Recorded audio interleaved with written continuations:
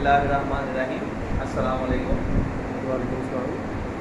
बेटा बायो का chapter number 9 start करने जा रहे हैं हम आज, और पेज नंबर है 171 और चैप्टर नंबर 9 जो है वो है ट्रांसपोर्ट के बारे में।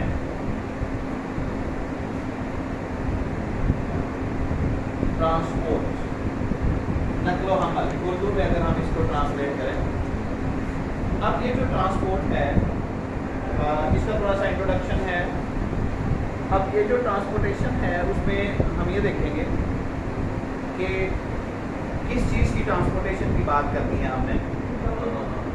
अब देखें कि जितने भी ऑर्गेनिज्म हैं, चाहे वो ह्यूमंस हैं, चाहे वो एनिमल्स हैं, चाहे वो प्लांट्स हैं, इनको फंक्शन परफॉर्म करने के लिए डिफरेंट मटेरियल जो है वो रिक्वायर होते हैं, और वो जो मटेरियल होते हैं वो एक ही जगह पे अगर रहेंगे तो उनका जो है यूटिलाइजेशन नहीं हो पाएगी ठीक तरह से। तो इस वजह से उसको बॉडी के तमाम सेल्स तक जो है वो पहुँचाना पड़ता है, और इसके लिए ऑर्गेनिज्म के अंदर ख़ास तरह के सिस्टम होते हैं, ख़ास तरह के मैकेनिज्म होते हैं जिसके ज़रिए मटेरियल जो होता है वो एक पार्ट से दूसरे पार्ट में चला जाता है। अब देखिए जो लाइफ होती है, ज़िंदगी की जब हम बात करते हैं, लिविंग और नॉन लिविंग में जो मेन डिफरेंस है वो यही है कि जो लिविंग्स हैं उनके अंदर मेटाबॉलिक एक्टिविटीज़ हो रही हैं, मेटाबॉलिज्म जिसको हम बोलते हैं, लेकिन जो नॉन लिविंग हैं उनके अंदर मेटाबॉलिज्म नहीं हो रहा होता। यही इनमें डिफरेंस है, ठीक है। अगर मेटाबॉलिज्म हो रहा है तो इसका मतलब है एक्टिविटीज़ हो रही हैं, that is the sign of life, ठीक है। जिंदा रहने की या ज़िंदगी की अलामत है ये। तो अब जो जानदार हैं इनकी बॉडी के अंदर मेटाबॉलिक एक्टिविटी हो रही है। अब वो जो मेटाबॉलिक एक्टिविटी है उनको होने के लिए मटेरियल रिक्वायर होता है।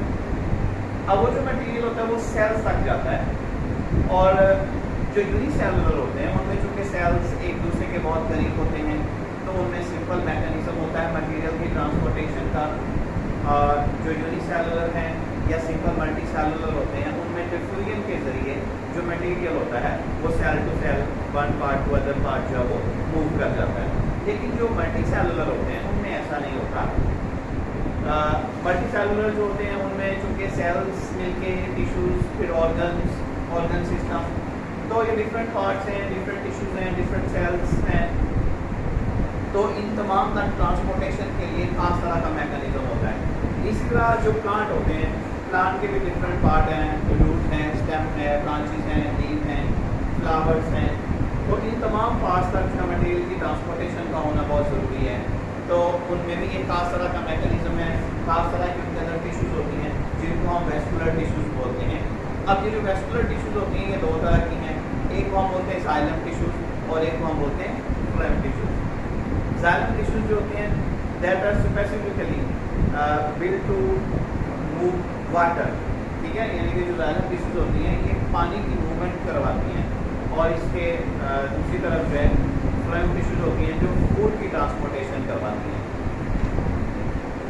अब हम ये देखते हैं कि पौधों के अंदर जो ट्रांसपोर्टेशन का अमल है वो किस तरह होता है। सबसे पहले देखें कि जो पानी है ज़मीन के अंदर मौजूद होता है, ज़मीन में पानी जो मौजूद है उसके अंदर साल्ट, दूसरे जो मिनरल्स होते हैं, आयंस होते हैं, वो उसके अंदर मौजूद होते हैं।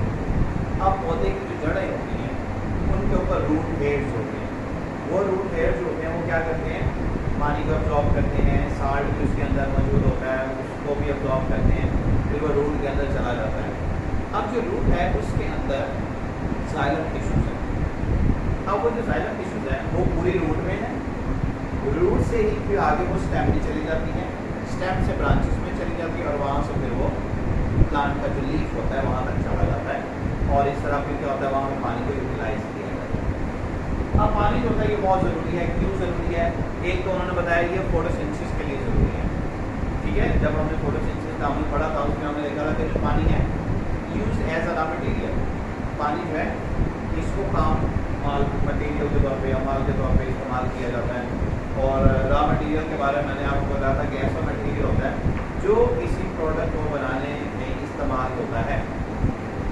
तो तो पानी जो है फोटोसिंथेसिस के लिए ज़रूरी है, टर्गर के लिए बहुत ज़रूरी है। टर्गर के बारे में भी हम पढ़ चुके हैं कि जो पानी होता है, पौधे का सेल जब पानी का अब्जॉर्ब करता है तो उसका जो वैक्यूल होता है उसमें टर्जिडिटी आ जाती है, रिजिडिटी आ जाती है, वो तन जाता है, जिसके नतीजे में क्या होता है, पौधे के अंदर जो इरेक्शन आ जाती है सेल्स के अंदर उस प्रेशर की वजह से, हाइड्रोस्टैटिक प्रेशर की वजह से। इसके अलावा सेलुलर एक्टिविटी जो होती है उनके लिए पानी बहुत ज़रूरी होती है। तो इस वजह से जो पानी है वो पौधों के सर्वाइवल के लिए लाजमी है। अब उन्होंने बताया कि ज़मीन पे उगने वाले जो पौधे हैं, लैंड प्लांट जो होते हैं, ये पानी लेते हैं, ज़मीन से लेते हैं और उसके अंदर जो है दूसरे पार्टिकल्स, दूसरे साल्ट्स, आयंस, मिनरल वगैरह जो मौजूद होते हैं। अब जो रूट शेड्स हैं उन्होंने क्या करना है, उनको अब्जॉर्ब करना है। जब वो इनको अब्जॉर्ब करेंगे तो फिर वहाँ से होता हुआ वो पौधे की एरियल पार्ट्स तक जो है वो चला जाएगा। ठीक है, अब यहाँ पर मैं छोटा सा प्लांट बनाता हूँ, ठीक है, आपकी अंडरस्टैंडिंग के लिए। कि फर्ज करें कि ये हमारे पास जो है एक ये सॉइल है, ये एक स्टेम है, प्लांट जो इसके अंदर लगा हुआ है, ये उसकी रूट्स हैं, इनके ऊपर रूट हेयर्स हैं, ये आगे उसकी जो है ब्रांचेस आ रही हैं,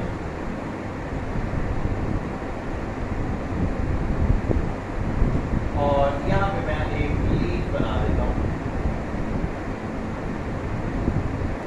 ठीक है, इस तरह। अब जो रूट्स है, अब देखिए जो सॉइल है, जड़ें इसके अंदर मौजूद हैं, इनके ऊपर जो है रूट हेयर्स हैं, बालों की तरह के जो स्ट्रक्चर होते हैं जो पानी को अब्जॉर्ब करेंगे। इसमें पानी है प्लस इसमें साल्ट्स हैं, मिनरल्स हैं, आयंस हैं। अब पानी के साथ जो है मूव कर रहे हैं। ठीक है, अब क्या होगा, डिफ्यूजन का अमल होगा और वो जो पानी है वो इसके अंदर चला जाएगा और इस तरह ये फिर रूट के अंदर जो जाइलम टिश्यूज होने जाएगा। अब वो जो जाइलम टिश्यू है वो इधर से मूव करती हुई इधर आएगी स्टेम में, फिर ब्रांच में, ब्रांच से होती हुई इधर और फिर जो पत्ते की मिड रिब है, पत्ते के दरमियान जो एक बारीक सी डंडी होती है उसको मिड रिब बोलते हैं, वहाँ तक चला जाएगा और वहाँ से फिर वो जो सेल्स हैं वहाँ पे चला जाएगा, बेसोफिल सेल्स जो होते हैं, और फिर क्या होगा वहाँ पे उसको इस्तेमाल किया जाएगा एक थिन लेयर की सूरत में, वो फिर बेसोफिल सेल के अंदर चले जाएंगे, फिर वहाँ पे वो फोटोसिंथेसिस में इस्तेमाल हो जाएगा। ठीक है, तो इस तरह जो पानी होता है वो नीचे से ऊपर एरियल पार्ट तक जो वो ट्रैवल कर जाता है। और अभी मैंने आपको पहले भी बताया था कि जो पानी होता है वो जाइलम टिश्यूज के लिए ट्रैवल करता है रूट से एरियल पार्ट तक। इसी तरह देखें जो पत्ते होते हैं, फूड फैक्ट्री, ये क्या करते हैं, ग्लूकोज सिंथेसाइज करते हैं, ग्लूकोज मैन्युफैक्चर करते हैं फोटोसिंथेसिस के जरिए।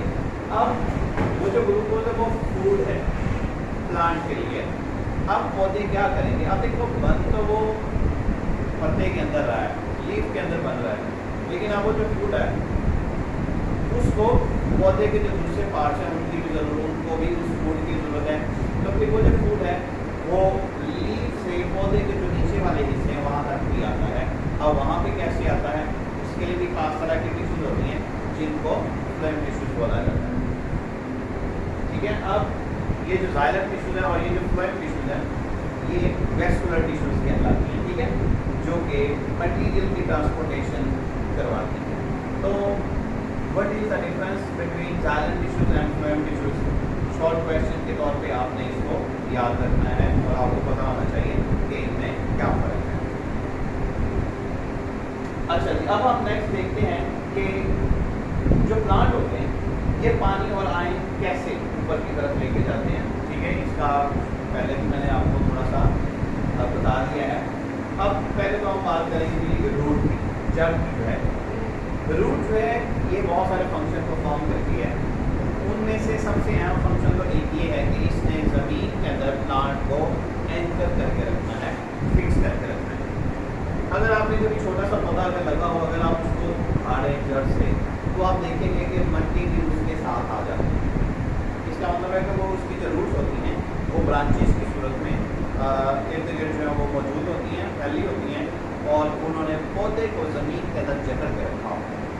तो आप देखिए जितना बड़ा दरख्त होगा उसकी जो जड़ें होती हैं वो उतनी ही स्ट्रॉन्ग होती हैं, उतनी ही डीपली वो नीचे तक गई होती हैं और वो इर्द गिर्द जो है ब्रांचेस की सूरत को फैली होती है। एक काम तो हो गया एंकरिंग, ये जो रूट्स होती हैं इन्होंने पौधे को जमीन के अंदर जकड़ के रखना है। अब इसके अलावा दो और अहम काम जो है वो जड़ें करती हैं।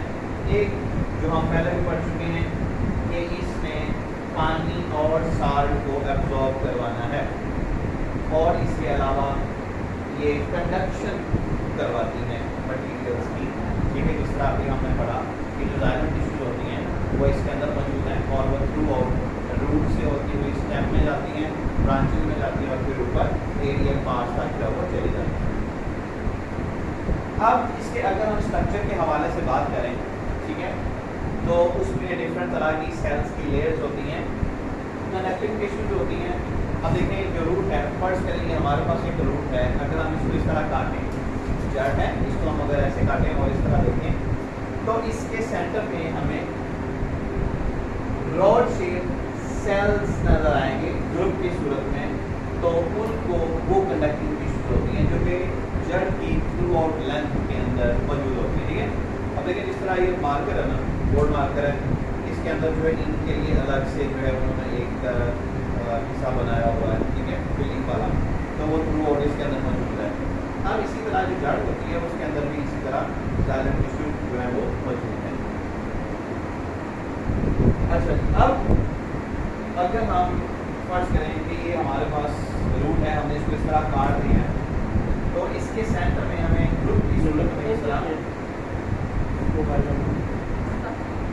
तरह सेल्स नजर आएंगे रॉड शेप, ठीक है, और ये पूरी जड़ में मौजूद है। अब हम इसको इधर से देखते हैं, लेकिन ये जो सेल है ये पूरा इसी तरह रूट के अंदर जो मौजूद है। अब ये जो कंडक्टिंग टिश्यूज हैं इनके इर्द गिर्द एक नैरो लेयर है थिन वॉल्ड सेल, यानी कि इनके इर्द गिर्द जो इस तरह सेल की तह है। वो जो सेल की तह है उसको हम कहते हैं पेरिसाइकल। ठीक है, यानी ये फर्ज करें ये कंडक्टिंग टिश्यूज है,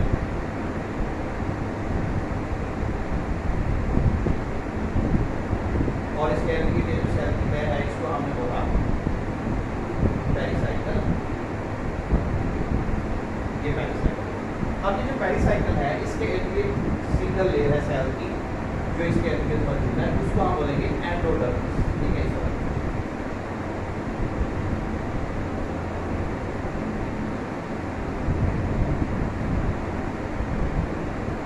एंडोडर्मिस। ठीक है, अब ये जो एंडोडर्मिस है इसके इर्द गिर्द एक और तह है जो कि इसके एक्सटर्नल साइड पे होती है, उसको हम बोलते हैं कोर्टेक्स। ठीक है, इस तरह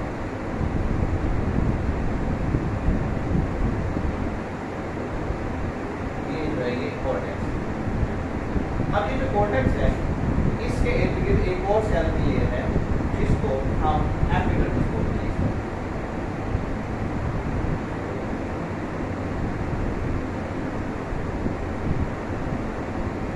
AP mean outer, डर्म mean layer, outer layer. ठीक है, पहले एंडोडर्मिस आई थी जो कि इनसाइड है, ठीक है, एंडो मीन इनसाइड, अब ये आउटसाइड है। ठीक है, इसको हमने एपिडर्मिस बोला।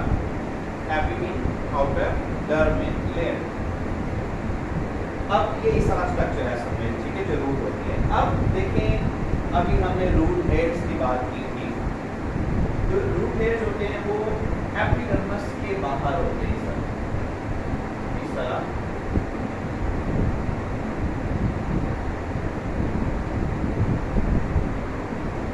ठीक है, आप अगर छोटे पौधे को जमीन से उखाड़ें, जड़ समेत जो है उसको आप निकालें बाहर, तो आप देखेंगे कि वो जो रूट्स होती हैं उनके इर्द गिर्द जो है, ये सपोज करेंगे एक रूट है, तो आपको इसके इर्द गिर्द इस तरह हेयर लाइक स्ट्रक्चर नजर आएंगे, ये रूट हेयर्स हैं।